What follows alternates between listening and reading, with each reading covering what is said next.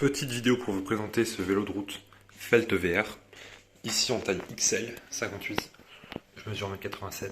Et pour moi, il est un petit peu court. Je serais sûrement mieux sur un 60. Donc la sortie de selle est quand même très haute. Et puis je trouve un peu court. Il faudrait en fait une potence plus longue. Après c'est un vélo de location. Bon, pour quelques jours ça le fait.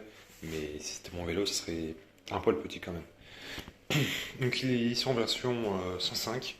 Donc monté avec un groupe Shimano 105 R7020, du coup 11 vitesses à disque, avec un pédalier 50-34, une cassette 11-34 pour passer vraiment partout, même dans les gros murs sur plusieurs kilomètres, plus de 10%, aucun problème. Freinage également excellent. Pour moi ça freine pas moins bien que du Ultegra par exemple. Après avoir l'usure des plaquettes, des disques, tout ça, mais en performance pure, pour moi c'est pas moins bien. En disque en 160 bien sûr, donc ça freine fort, et puis ça freine aussi fort longtemps. Pour les grosses descentes de col, aucun problème. Il est monté en roue Shimano de base aluminium, lourde et pas très performante.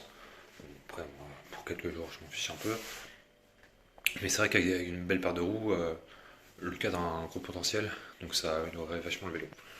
On est sur des pneus Schwebel One en 30 mm, donc des bons pneus, très bonne adhérence et un rendement très correct. On est quand même en 30 mm, c'est quand même très confort, on peut bien baisser en pression, même s'ils sont en tâche chambre à air.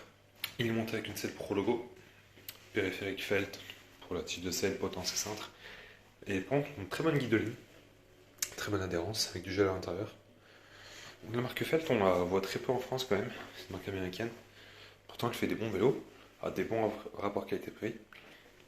On voit ici un joli travail sur la peinture. Ici c'est mat et ici c'est brillant. Donc on passe de gris clair à gris foncé à carrément noir avec des petites paillettes. Donc ça rend très bien. Puis là on a même les porte-billes en carbone.